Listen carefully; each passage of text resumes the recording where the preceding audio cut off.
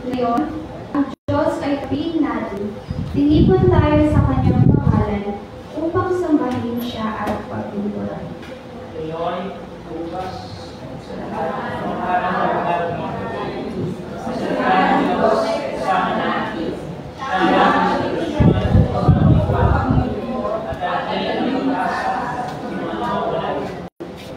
Kahapon, ngayon at bukas, ang Espiritu Santo ay sumasa atin. Hinihingian tayo ng lakas, ginagabayan at pinagkakalooban ng biyaya at kapangyarihan upang manatiling matibay at matatag sa ating pananampalataya at pamumuhay Kristiyano sa araw-araw. Anumang hamon ng ating kaharapin, mahawak tayong patuloy sa pangako ng Diyos. Anyang nagsabi kay Abraham, huwag kang matakot. Ako ang iyong kalasang mag-ingat sa iyo. Purihan natin sa tayo ng Diyos. Sa tuwing ay nagbabantay sa atin.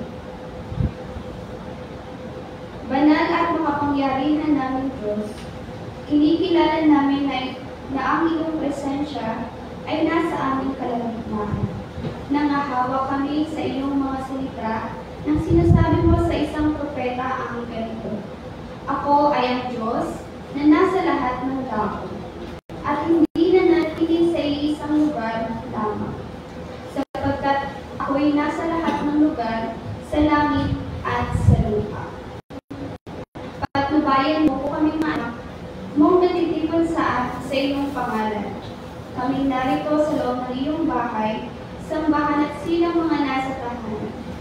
Pag-isahin ang aming mga espiritu upang patuloy namin madama ang kalapitan mo sa amin at kami sama-samang tumugon sa iyong mga gawain. Dalangin namin ito sa matamis na pangalan ng Kristo Jesus na aming Panginoon. Amen.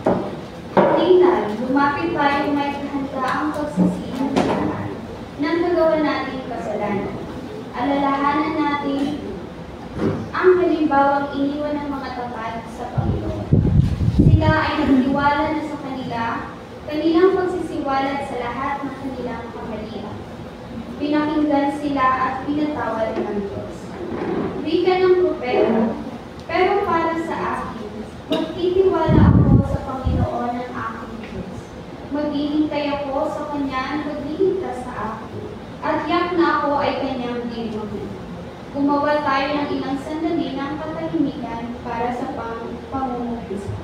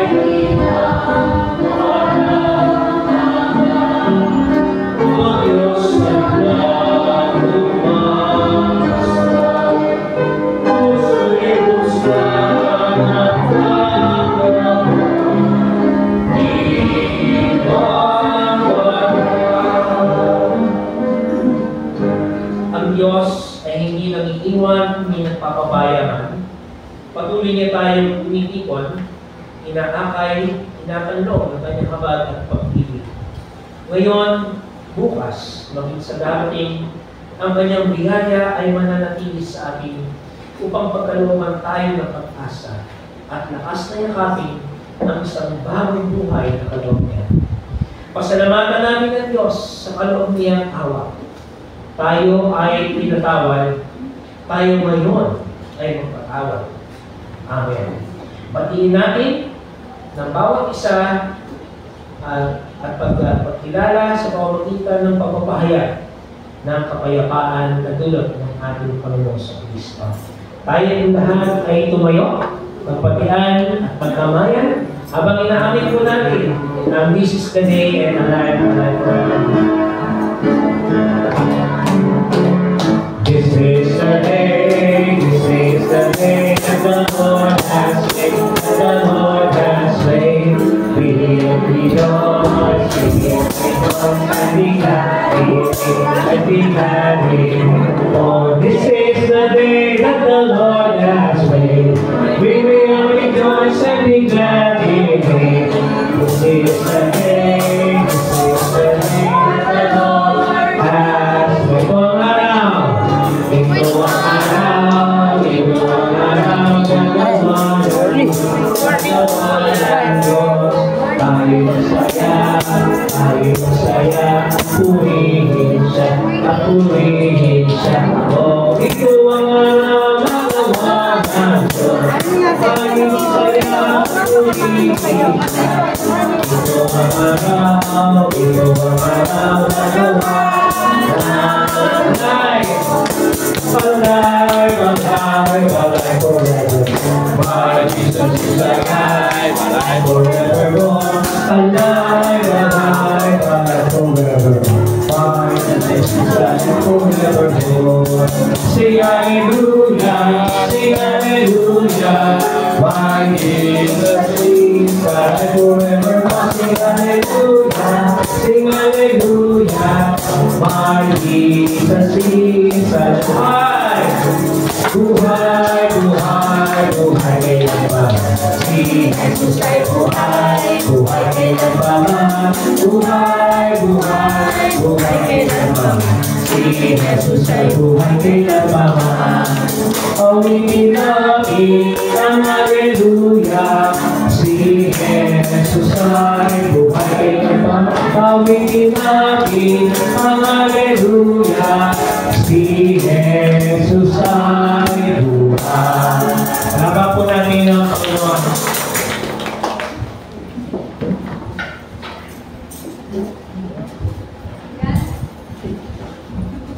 Good morning po sa ating lahat. Ayan sa mga pagbabalita po ng ating malasakit na iglesia, meron po ba kayong babalita by CROs?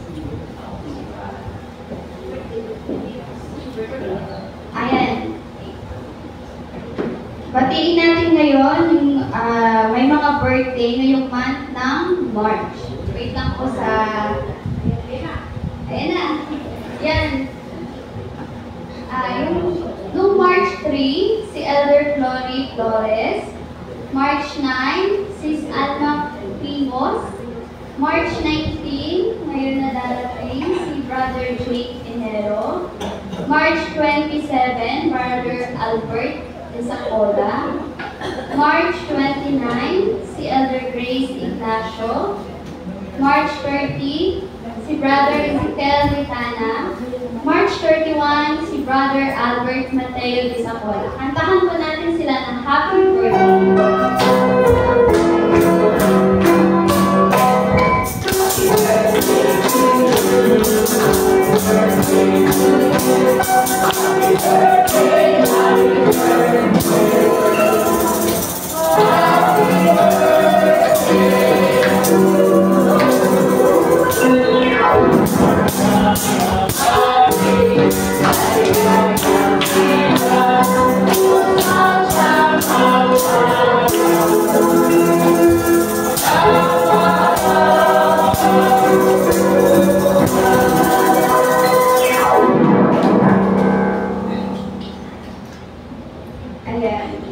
By CROs naman, ako munang magbabalita sa CEN.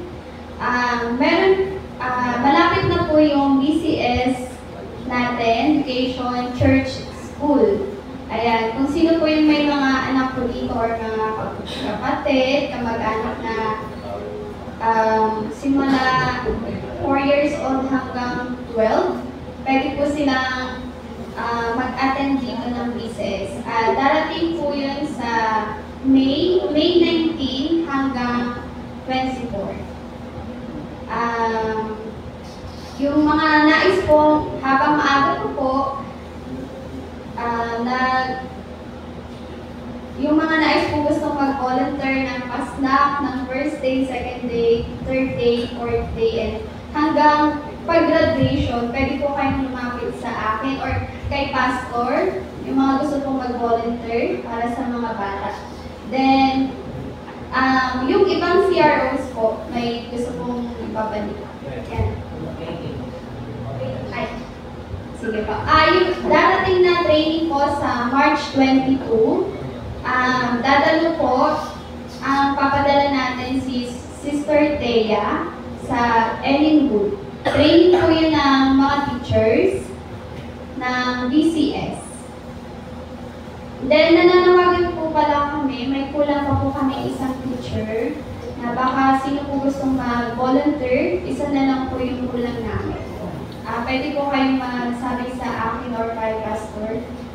And then, or kung sino po yung gusto pong mag-turo sa mga bata.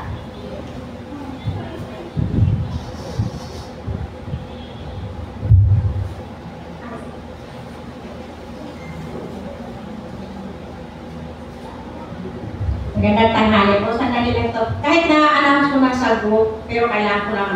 Mamaya, si WA, kailangan natin magpa-picture na ina-announce ko na nakaganto tayo kasi itong picture na to, kailangan natin ay hinihingi ng conference at saka MMC. Kailangan na natin magpasa kasi para yan sa assembly nila sa bull. Doon sa binayaran natin souvenir para doon yan. Kailangan na kasi makuha yung ng church. Pero pag hindi talaga natin makaya na church, dinala ko naman yung banner natin. Kaya, kasi kailangan daw nakasuot lahat ng pare-parehong kulay. Salamat yan.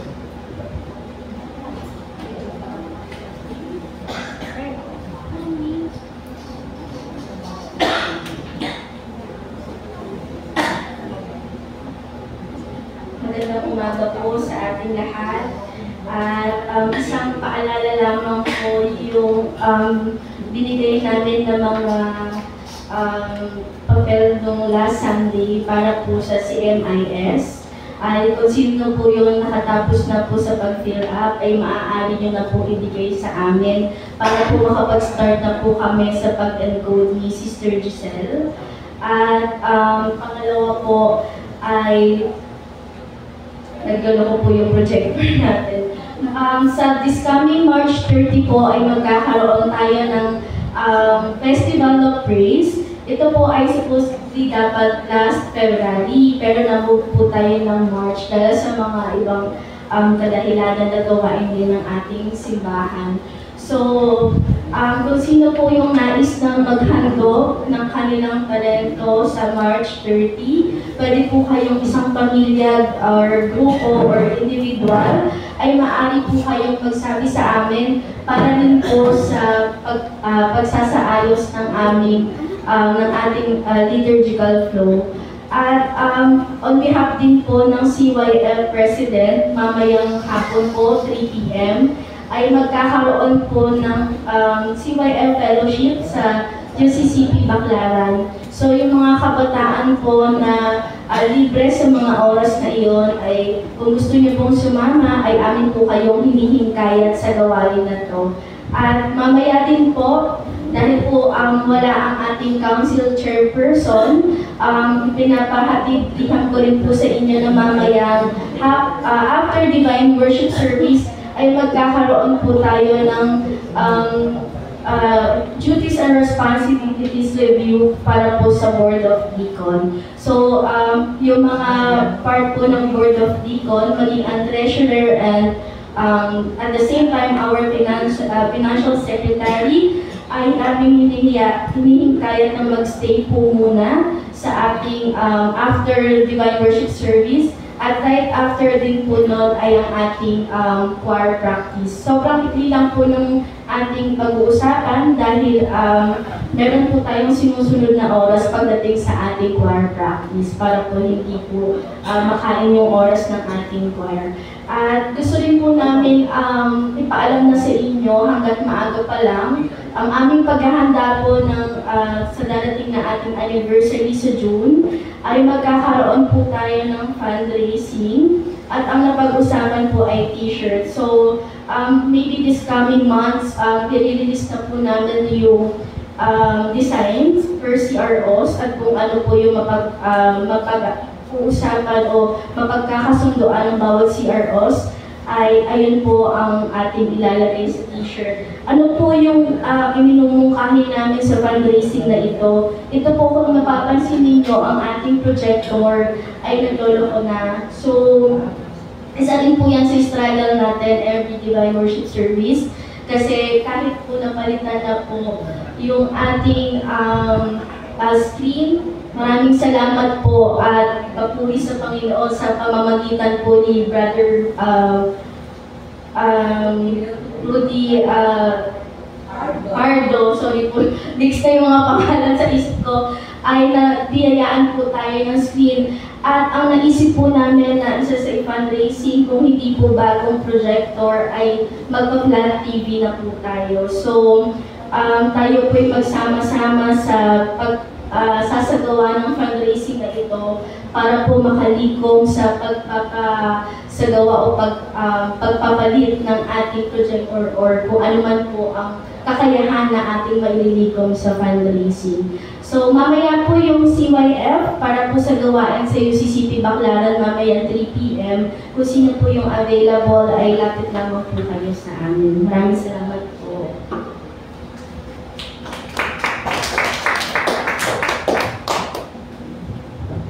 Mapagpalang umaga po mga kapatid. Good morning. Tayo po ay papasalamat sa Diyos sa panibagong buhay at lakas na ipinagkaloob sa bawat isa upang tayo po ay sumamba at magpuri sa kanyang dakilang pangalan. Tayo po ngayon ay nasa ikalawang linggo na sa panahon ng Kwaresma o Second Sunday in Lent. At ikatlong linggo naman po sa buwan ng Marso. At ugnay po ng ating mga gawain, patuloy po tayong inibitahan at inayayahan upang magnilay sa panahon ng Kwaresma at ihanda ang ating mga sarili sa pag-alaala sa pagpapakasakit ng ating Panginoong Kristo.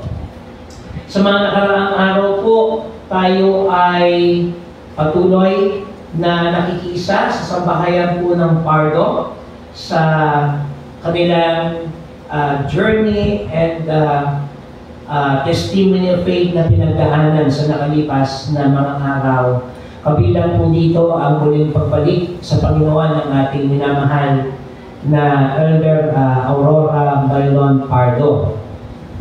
At kaugnay po dyan, kapiling po natin ang kapatid na Rudy at ang kapatid na Dita sa kanila pong pamilya. Welcome po muli sa UCCP Pasay. Laban po natin sila, mga kapatid.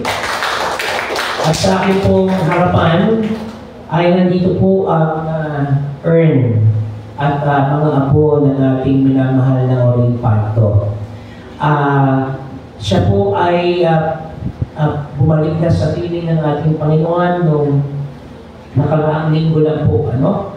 Anong oras po ba matay si Nina Oring? 2:42 ng hapon. At tayo po yung nagdaos ng mga pagsasalamat na pinangunahan po ng lingkod at ng ating mga dating manggagawa sa UCCP Pasay kay Pastor Miriam, Pastor Joshua, and Pastor Bob. At nung nakaraang Webes naman po ay ating pong sinagawa ang committee service. So matapos po ng committee service ay pinramit na nga po ang ating kapatid na Oring at minarapat po ng pamilya Pardo na sa kanila muna yung gabi ng ating kapatid na Oring hanggat mapag-usapan po nila sa darating na ika-48th day para ho kanilang ilagay o ilibig sa columbarium. So ngayon po ay patuloy nating sinasama sa panalangin ng sambahayan ng Pardo at nawa po ang kaliwan at kapayapaan ng Diyos ang lumakal po sa inyo. At bilang pagkilala po sa buhay at patotoo ng ating kapatid na Oring, nayayaan po bawat isa na sa ng ating mga hinalo sa bilang 38. Brother Noel, sa number 38 po, please awitin po natin ang isa sa mga awitin para po bigyan ng kalakasan at ng kapanatagan ng pamilya Pardo. Awitin po natin ang God will take care of you. Number 38 po sa ating brown hymnal.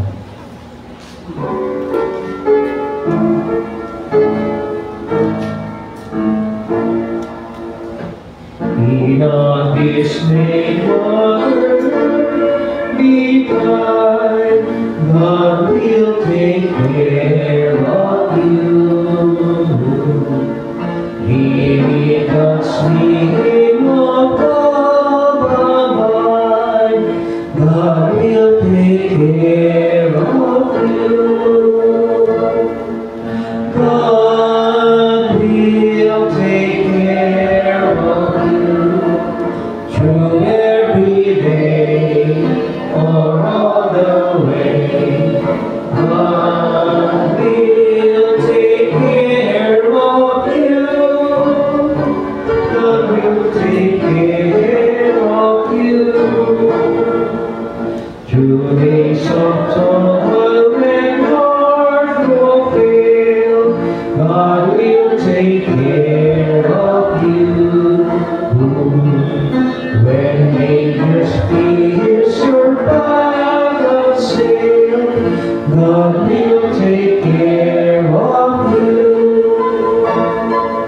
God will take care of you through every day or all the way. God will take care of you. God will take care of you. All you may need, God will provide. God will take care of you.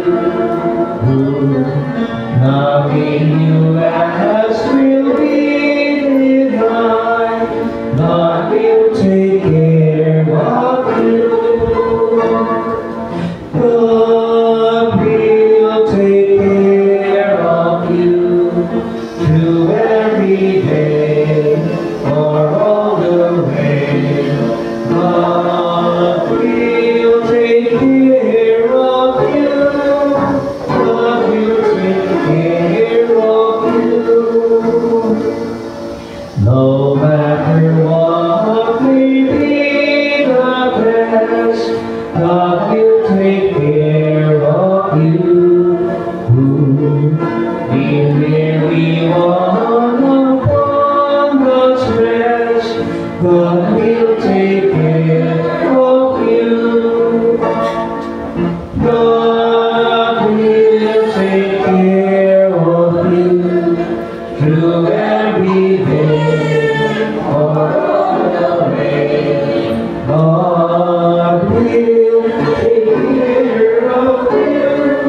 God will take care of you. Natuwagan ko po ang kapatid na Likas upang makaliit po na ilang mga pananalita mula sa kanyang pamilya.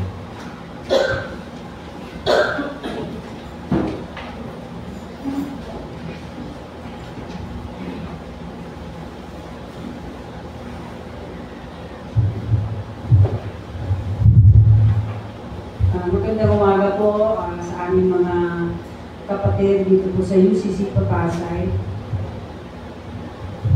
Ang aming pamilya po ay taus-pusong nagpapasalamat sa pagsama niyo sa amin itong mga nakaraang araw. Alam ko po na ang mami po ay nagagalak at nandito siya ngayon. Bigyan po siya natin ng isang masikabong palakpakan. Dahil sa isang taon na siya ay na bedridden, lagi niya pong wini-wish na makapunta siya ng in person dito po sa simbahan. Nalan po medyo mahihirapan po kami na dalhin siya dito. Ang UCCP Pasay ay naging pangalawang tahanan po ng mami at ng pamilya po namin. Ilang taon din pong nag-serve ang mami dito. May ilang taon ba Ate Joyce? Matagal na po, may almost 30 years. Kaya po, ang biruan po namin palagi, ang isa daw pong haligi ng UCCP Pasay ay pangalan po ng mami. Kasi po, ang tagal na pong nag-serve dito. So, alam po namin, at kami po ay naniniwala na nasa kandungan na po siya ng ating Panginoon. Hindi po siya nahirapan ng mga oras na siya'y pumanaw. Palagi nga lang po kikintat-kintat sa amin, pag tinanong namin siya kung okay na siya, magka-thumbs up, kikintat po ng kilay, kasi hindi po makasalita dahil may mask. Pero alam po namin, Pastor, na hindi siya nahirapan. At talaga pong, yun na po marahil ang paraan ng ating Panginoon na umalis siya sa amin, pagkatapos lang po namin tumalikod sa kanya. Mahal na mahal po namin ng UCC Pasay sa buo ng aming pamilya. Maraming salamat po sa inyo. Mami is here. At nandito lang po siya at ang buong sambayan po ng Pardo para po sa UCC Pasay. Salamat po.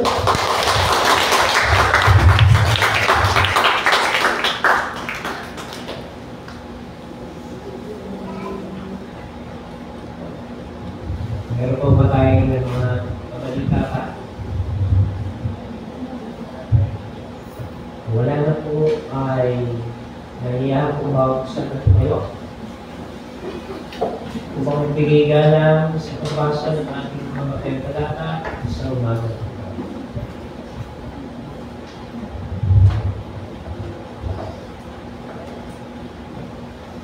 Ang unang pagbasa ay hango sa Lumang Tipan, ang aklat ng Genesis chapter 15 verse 1 to 12 and then 17 to 18. Ang kasunduan ng Diyos at ni Abraham. Pagkatapos noon, nagsalita ang Panginoon kay Abraham sa pamamagitan ng isang pangitain. Sinabi niya, Abraham, huwag kang matakot dahil ako ang magiging kalasag mo at gagantimpalaan kita. Pero sinabi ni Abraham, O Panginoong Diyos, ano po ang halaga ng gantimpala niyo sa akin Dahil hanggang ngayon ay wala pa po akong anak. Ang magiging tagapagmana ko ay si Eleazar na taga Damascus. Dahil hindi niyo po ako binigyan ng anak, kaya isa sa mga alipin ng sambahayan ko ang magmamana ng mga ari-arian ko. Sinabi sa kanya ng Panginoon, hindi siya ang magmamana ng mga ari-arian mo, kundi ang sarili mong anak. Pagkatapos, dinala siya ng Panginoon sa labas at sinabi, masdan mo ang mga bituin sa langit. Bilangin mo kung makakaya mo. Magiging ganyan din karami ang lahi mo. Nanalig si Abraham sa Panginoon. At dahil dito, itinuring siyang matubig.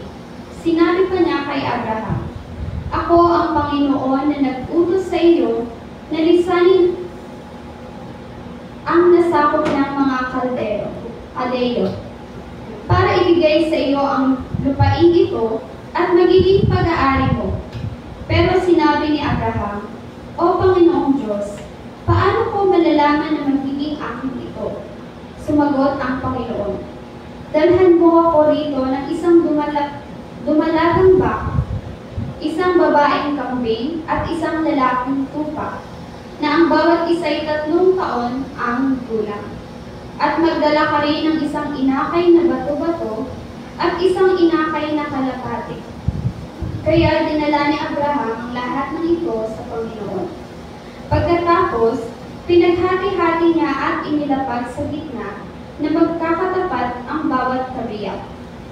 Ang bato-bato lamang at ang kalapati ang hindi niya hinati. Dumako sa hinating mga hayop ang mga ibong kumakain ng patay. Pero binubugaw ito ni Abraham. Nang panubog na ang araw, nakatulog ng mahimbing si Abraham at matinding takot ang dumating sa kanya. Nang lumubog na ang araw at tumilim na, biglang may nakita si Abraham na palayo na umuusok at nakasinding sulog, na dumaraan na sa gitna ng mga hinating hayop. Sa araw na iyon, gumawa ng kasunduan ang Panginoon kay Abraham. Sinabi niya, ibibigay ko sa mga lahi mo ang lupain ito mula sa dulo ng ilog na hanggang ng Ehipto hanggang sa malaking ilog na Euphrates. Pinagpala na po tayo sa pagkabasa ng banal na salita.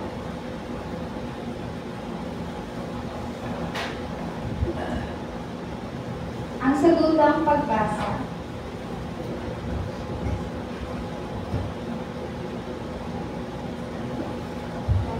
Sige po.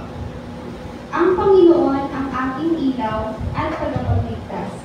Sino ang aking katatakutan? Siya ang nagtatanggol sa akin, kaya wala akong dapat katakutan. Kapag sila kaya doon ng masasamang tao o ng aking mga kaaway o matayin, sila ang nabubuwal at natalo. Kahit mapaligiran ako ng maraming kawal, hindi ako matatakot. Dahil sa lakayan nila ako, magtitiwala ako sa Diyos. Sa bagay na nahihiling ko sa Panginoon, ito ang tanging nilalais ko, na ako'y manirahan sa kanyang templo habang ako'y nabubuhay, upang mamasdan ang kanyang kadakilaan at ilingin sa kanya ang kanyang patuloy. Sa oras ng kagipitan, ay itatago niya ako sa kanyang templo, at ilalagay niya ako sa ligtas ng lugar. Itinuro niyo sa akin ang daan gusto niyong lakarin ko. Patubayin niyo ako sa pamandaan dahil sa mga kaaway ko na gusto kong gawa ng masama. Ngunit naniniwala ako na mararanasan ko ang kabutihan niyo, Panginoon, habang ako'y nabubuhay dito sa mundo. Magtiwala kayo sa Panginoon, magpakatapat kayo, at huwag mawala ng pag-asa. Magtiwala lamang kayo sa Panginoon. Ang salita ng Diyos, purihin ng Panginoon. Nanatili po tayo nakatayo sa pagbasa ng Ebanghelyo ng Panginoon ayon kay Lucas, sa Kabanatang 13, versikulo 31 hanggang 35. Luke chapter 13, verses 31 to 35. Ang pagmamahal ni Jesus para sa Jerusalem. Dumating noon ang ilang Pariseo at sinabi nila kay Jesus, umalis na kayo rito dahil gusto kayong ipapatay ni Herodes. Subalit sumagot siya, sabihin ninyo sa asong gubat na iyon na nagpapalayas pa ako ngayon ng mga demonyo at nagpapagaling ng mga may sakit. Gayun din ang gagawin ko bukas at sa ikatlong araw ay tatapusin ko ang aking gawain. Ngunit dapat ako magpatuloy sa aking lakad ngayon, bukas at sa makalawa, sapagkat hindi dapat mamatay sa labas ng Jerusalem ang isang propeta. Jerusalem, Jerusalem, pinapatay mo ang mga propeta at binabato ang mga sinusubo sa iyo. Ilang beses ko sinikap na kukupin ang iyong mga anak, gaya ng pag-aaruga ng isang inahin sa kanyang mga sisiw. Ngunit ayaw mo, kaya pinababayaan ng lubusan ng iyong templo. Sinasabi ko sa iyo ang hindi mo na makikita hanggang sa dumating. Ang oras sa sasabihin mo, pinagpala ang dumarating sa pangalan ng Panginoon. Ito ang mabuting balita ng ating kaligtasan.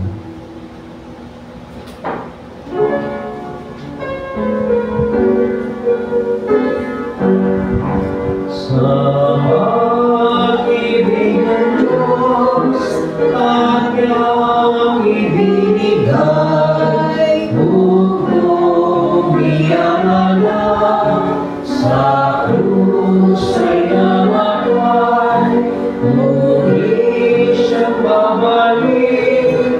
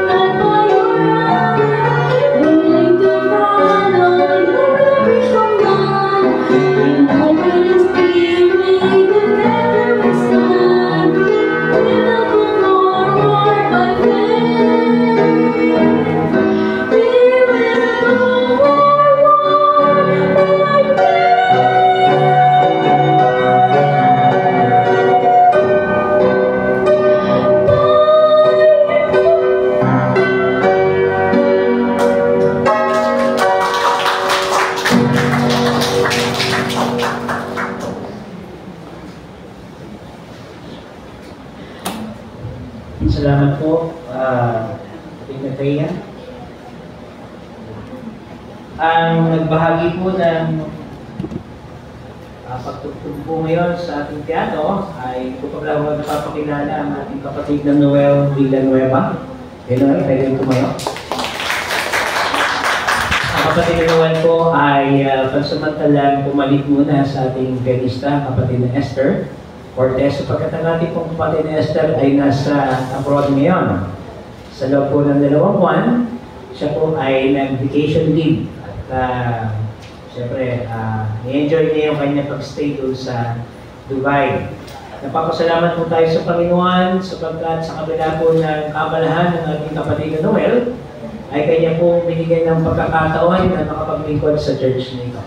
So, God bless sa iyo, kapatid na Noel, at pagpalain ng ating Panginoon at nawa sa loob ng ilang panahon ay maging magbunga ang iyong pagtutuwag sa amin. Ang ating kapatid na Noel po ay ang music director ng El Shaddai Church sa Parañaque. So, ang bulto po ng kanilang gawain ay tuwing Sabado.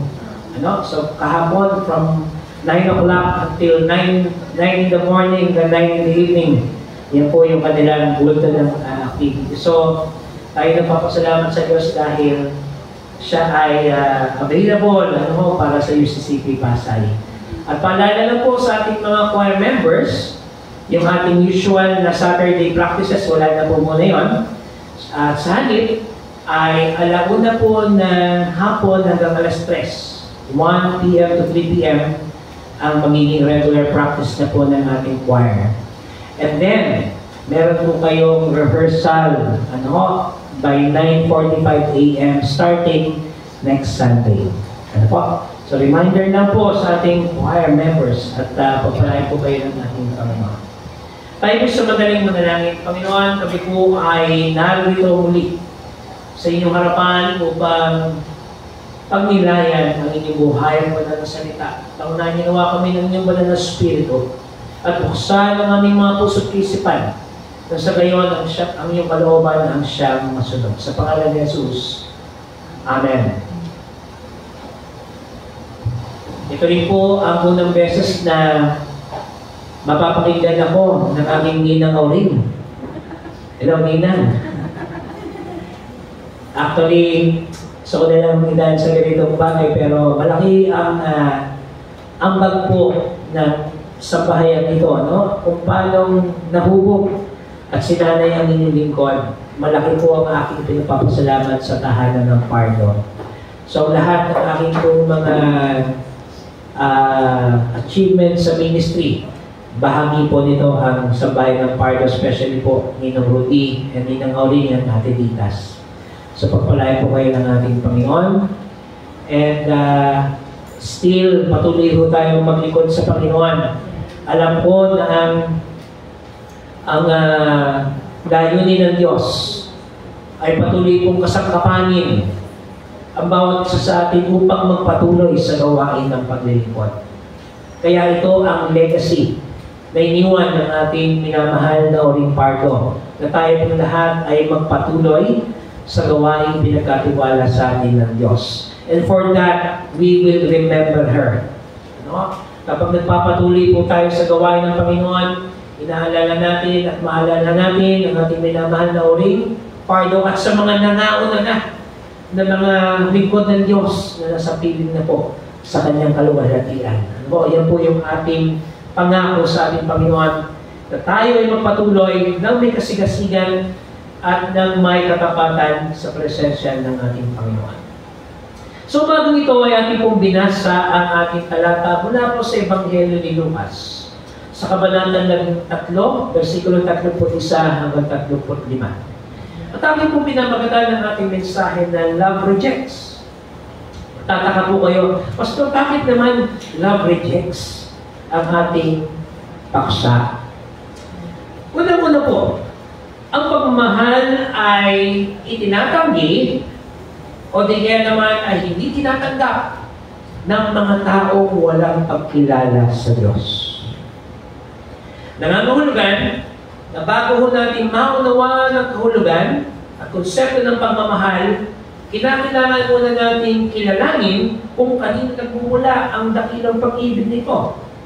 At ang dakilang pag-ibig nito ay mula sa ating Diyos. Kaninang umaga po sa ating Sunday School ay binigyan ng pansin ng ating kapatid na Loida ang konseptong ito. No? Napakaganda nga sapagkat merong kaugnayan sa ating pong ebanghelyo ngayon. At sa pagbungad ng pagsasalita o tanong ng ating kapatid na Loida, ano ba para sa iyo ang pag-ibig? Saan nagmumula ito? So malinaw po ng pag-ibig na ating tinanggap mula sa Diyos na nagbigay po ng kapahayagan sa pamamagitan ng kanyang anak na si Jesucristo ay isang uri ng pag-ibig na dakila. It is a divine act of love. At ito po ay isang uri ng pag-ibig na galing sa ating manlilikha. Ano po ang mga katangian ng pag-ibig ng ating Diyos? Walang hinihintay na kapalit. Una-una po yan. Hindi nag-expect in return sa atin. Pero alam niyo po mga kapatid, bilang mga anak ng Diyos, hindi tayo inuobliga ng Panginoon upang ibalik ang pagmamahal na galing sa Kanya. Pero meron tayong dapat na pagtugon. Ang pagtugon ay isang akto ng ating pasasalamat, ng ating pagkilala sa kadakilaan ng Diyos na Kanyang ipinadama sa pamamagitan ng Kanyang bugtong na anak na si Jesucristo. Ano-ano po ang pwede nating gawing forma ng pagtugon? Unang-una, ang marapat na pagsamba. Ito po ang ating ginagawang pagtitipon tuwing araw ng linggo.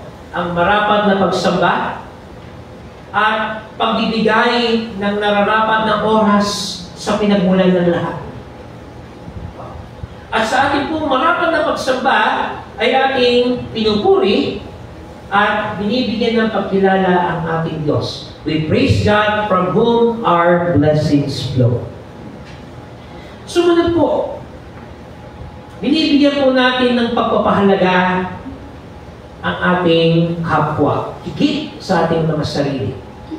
Alam niyo po, ito yung pinaka-challenge na ngayon. Paano natin bibigyan ng kahulugan ang pagmamahal sa Diyos sa pamamagitan ng pagmamahal muna sa ating kapwa bago ang ating sarili? Eh pa, Pastor, importante rin naman yung self-care eh. Tama po ba? Yes, kailangan po natin ng self-care. Dapat iniingatan din po natin ang ating sarili. Kumain ng maayos, matulog ng maayos, sa ating pangkalusugan, etc. etc. Pero ang nais po ng ating Panginoon ay ang huwag natin kakalimutan at babaliwalain ang ating kapwa. Sapagkat sa ating kapwa, naroon ang refleksyon at ang imahe ng Diyos. Nakikita natin ang ating Diyos sa pamamagitan ng ating kapwa. Kaya huwag na po natin babaliwalain. Ibig sabihin sila, ang bawat isa sa atin ay bahagi ng ating mga sarili. Sumunod po, ang ating pagkilala lamang sa tunay at nag-iisang Diyos, ang Diyos ng pag-ibig.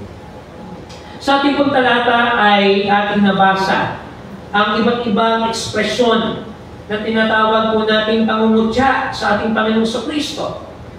At ating pong nabasa dito ng mga Pariseo ay sinabi sa ating Panginoong Jesus ang ganitong mga kataga, umalis na kayo rito dahil gusto kayong ipapatay ni Herodes. Narito ang isang Diyos ng pag-ibig.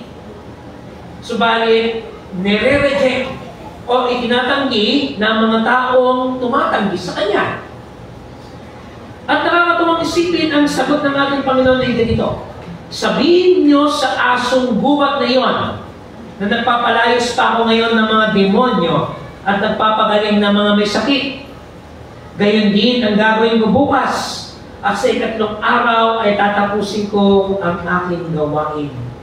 Nangangahulugan na ang pag-ibig ay itinatanggi o itinatanggi ang mga taong tumatanggi rin at kinukutya ang Diyos. Love rejects to those people who mocks God. Yan. Pag sinabi po nating pangungutya sa ating Diyos, ito po ang nangyari sa pamamagitan ng mga Pariseo isinubok sa harap ng Panginoon. Alam naman ng mga Pariseo ito na ang purpose ng ating Panginoon Jesus ay upang magministeryo sa lugar na iyon. Pero para sa kanila, ang ating Panginoon Jesus ay isang banta. Kung kaya, para sa mga taong ito, kanilang tinatanggihan ang pag-ibig na ibinibigay ng ating Panginoong Kristo sapagkat wala silang pagkilala sa ating Panginoong Kristo. Para sa kanila, ang ating Panginoong Jesus ay isang banta sa kanilang buhay na dapat nilang alisin. Yan ang minsan na nakakalungkot sa ating buhay ngayon. Yung mga tao po na nagpapahayag ng mabuting balita ng kaligtasan ay nakakaranas ng mga pagbabanta, ng pangungutya, at ang iba pang mga bagay na maaaring gawin ng mga taong hindi kumikilala at may pagkatakot sa Diyos. Sumunod po, love rejects to those people who do not forgive themselves and others. Nawawala po ang pagmamahal kapag ang mga tao ay hindi marunong magpatawad sa kanilang kapwa at hindi nila kayang patawarin ang kanilang sarili. Alam niyo po, yung pagpapatawad, hindi lang yan doon sa mga taong nakagawa ng pagkakasala laban sa iyo. Kundi kailangan mo rin somehow patawarin muna ang iyong sarili. Bakit po? Sapagkat ang pagkakasala ay hindi lamang nangyayari sa pagitan ng dalawang tao, kundi nagkakaroon din po ito ng pagkakataon na gawin ng bawat isa sa atin sa pagitan ng ating mga sarili lamang patungo sa ibang tao. Di ho ba may mga taong gano'n na hindi ko mapapatawad ang sarili ko dahil meron siyang nagawang mabigat na pagkakamali na tanging siya lamang ang nakakaalam. So upang magkaroon po ng pagdaloy ang kapatawaran, kailangan muna natin isuko sa harap ng Diyos ang lahat ng ating mga nagawang pagkukulang sa Kanya. Lalo higit ang mga bagay na nagawa natin bilang isang individual. At nang sa gayon, magkakaroon po ng proseso ng paghilom.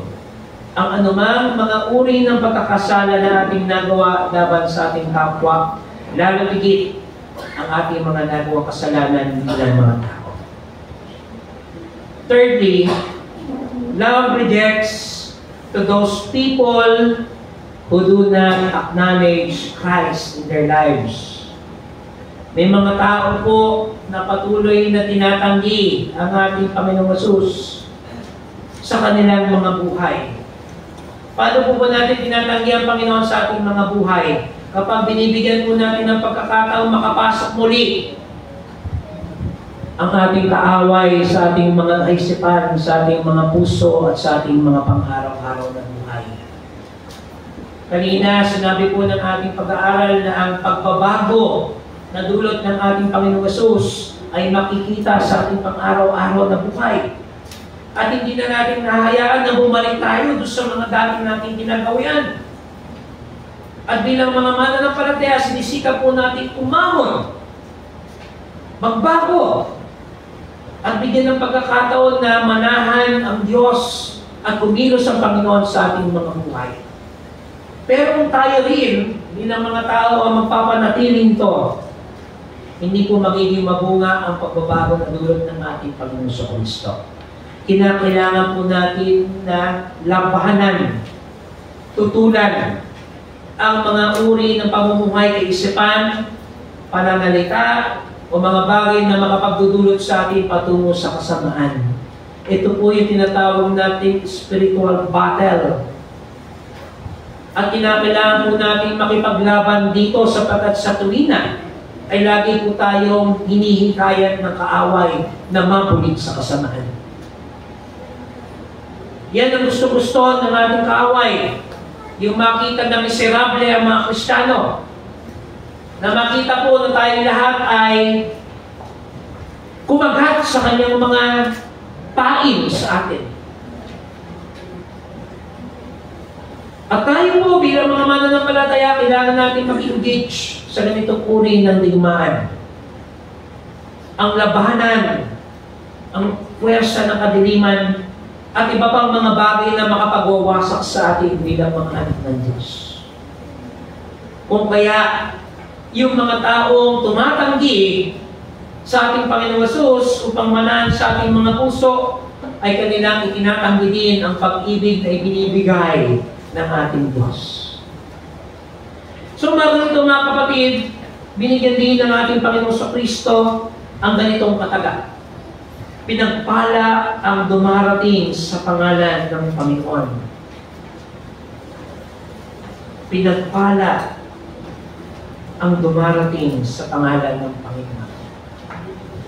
Kanino ba tayo nakaugnay sa mga oras na ito? Kanino ba tayo identified sa pangalan ng Panginoon? Tayo lahat ay tinuo, tinubos, pinatawad, minahal, at binigyan ng pagkakataon na mabuhay ng may habag. Kung kaya tayong lahat ay pinagpala, sapagkat tayong lahat ay nakaugnay sa pangalan ng ating Panginoong Hesus, ang Diyos na buhay at makapangyarihan sa lahat. Mga kapatid, sa ikalawang linggo ng Kwaresma, patuloy po tayong inaanyayahan ng ating Panginoon upang patuloy na suriin at pagnilayan ang dakilang pag-ibig na kanyang ipinagkatiwala at ibinigay sa atin mula ngayon at sa mga susunod pang panahon. Sa pangalan ng Ama, ng Anak at ng Espiritu Santo. Amen.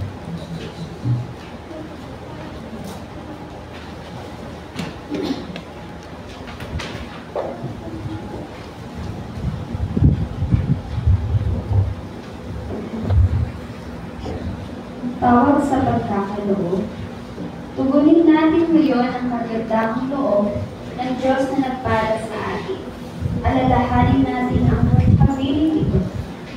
At nararapat na magdala sila ng handog sa Panginoon ayon sa pagpapalang ibinigay kanila ng Panginoon na inuulos. Gawin natin ngayon ang pag-aalay ng ating mga handog, mga pangako at ikatut.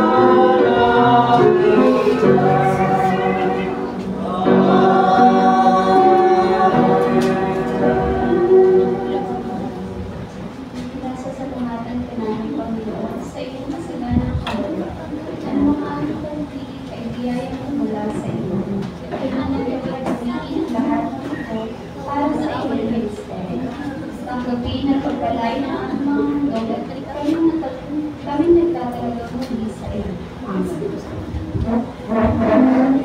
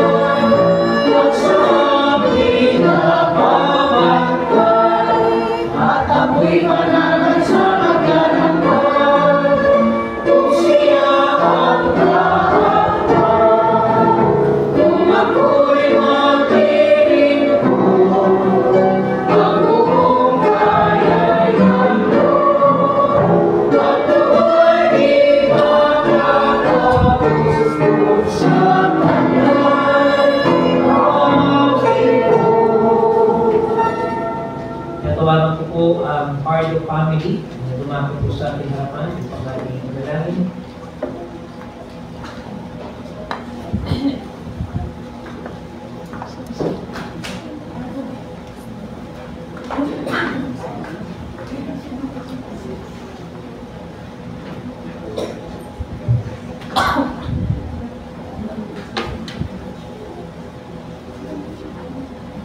Ito tayo dito.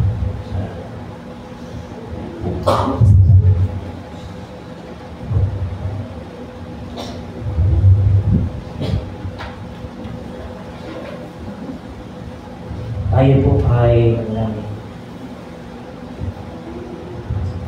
O aming Diyos ng pag-ibig, Diyos na pinagmumulan ng buhay at lakas. Kami po ay buong kapakubabang lumalapit sa oras nito upang minsan pa ay idulog sa inyo ang sambahayan ng parto. Nakamakalanap po ay kumaharap sa iba't ibang hamon ng buhay. Lalo tigit sa muling pagbabalik ng inyong anak at lingkod ng aming kapatid na Orin Pardo. O aming Panginoon, tunay nga na kayo ang daan, ang katotohanan at ang buhay. At walang makakapunta sa inyo kundi sa pamamagitan lamang ninyo. Walang makatatanggap ng buhay na walang hanggan kung hindi ka namin papapasukin at ikilalanin bilang Panginoon at tagapagligtas ng aming mga buhay. At ito po ang aming pinanghahawakang katiyakan sa mga oras nito, Panginoon. Ng aming kapatid na Origi na sa presensya niyo na diyan sa inyong kaharian. Na kung saan kanyang tinatamasa na ang buhay na walang hanggan. Ang inyong pangako sa Kanya. Na kung saan ay wala na ang pagkakasakit. Wala na ang hirap. At naroon na kanyang kapiling ang mga nangangunan ng mga mahal sa buhay. Na sila ngayon ay nakakatipon upang kayo ay papurihan, sambahin, at umawit ng mga pasasalamat sa pagwalang hanggan. Panginoon, ito po ang aming pinangahawakan sa mga oras dito. Kung kaya igawan niyo po ang kapanatagan sa mga pamilyang naiwan. Sa aming kapatid na Rudy, sa aming kapatid na Dipas, sa kanilang buong sambahayan, ang pag-asa at katiyakan o Diyos ng kanilang minamahal na ina ay nasa piling ninyo. Panginoon, kung sumapit man ang kalungkutan sa tahanan ito, sa mga panahon na kanilang maalala at mga karanasan na kanilang pinaharap, Panginoon, kayo gawa ang magbigay ng kaaliwan. At sa pamamagitan ng aming pagtitipon, ng aming pananalangin sa isa't isa, ng aming pagmamalasakitan at pagtutulungan, nawa ito ay makatulong upang maibsan ang kalungkutan na kanilang nadarama. Panginoon, kung meron mang mga kalungkutan pa rin na mararanasan ng tahanan nito, kayo nawa, Panginoon, ang magbigay ng kaaliwan ng isang katiyakan o Diyos na kapag kami ay patuloy na kumilala sa inyo at napasakop sa inyo. Ano man ang mga hamon na aming kakaharapin ay patuloy namin mapagtatagumpayan sapagkat kayo Diyos na buhay at makapangyarihan sa lahat. Kung kaya, Panginoon, samahan niyo po ang aming kapatid na Rudy, pakatatakin ninyo ang inyong anak at lingkod nito. At patuloy namin pinagpapasalamat o Diyos sa kanilang patutuo, ang kanilang pagmamahal para sa inyong gawain at ministeryo. Samahan niyo rin ang aming kapatid na Ditas sa kanyang pangunguna sa sambahayan ito. At patuloy na Panginoon na tanggapin at pagsaluhan ang biyaya na mula sa inyo. Ang isang biyaya ng pamilya na patuloy pong iginagawad sa kanilang tahanan sa mga oras dito. Panginoon, dalangin ko rin po ang bawat isa't narito sa aming mga kapatiran, sa bawat isa na may mga tanging pasasalamat at kaibigan, O Diyos. Kayo ang nakababatid ng aming mga damdamin at mga isipan. At patuloy namin, Panginoon, na pinapapasalamat ang lahat sa inyo. Ingatan niyo po ang bawat isa sa amin, O aming Diyos, sa aming pasamantalang paghihiwalay. At sa pagharap namin sa linggong ito, buong aming pag-asa na patuloy niyo po kami sasamahan at iingatan sapagkat kayo ang Diyos mula noon, ngayon, at magpakailanman. Ito po ang aming pagsama at panalangin na may pasasalamat sa matamis na pangalan ni Jesus na ating Panginoon at tagapagligtas. Amen. At sumati lahat ng kapayapaan, ng pag-ibig at biyaya ng ating Panginoong sa Kristo magmula ngayon at magpasawalang hanggan sa pangalan ng Ama, ng Anak at ng Espiritu Santo. Amen.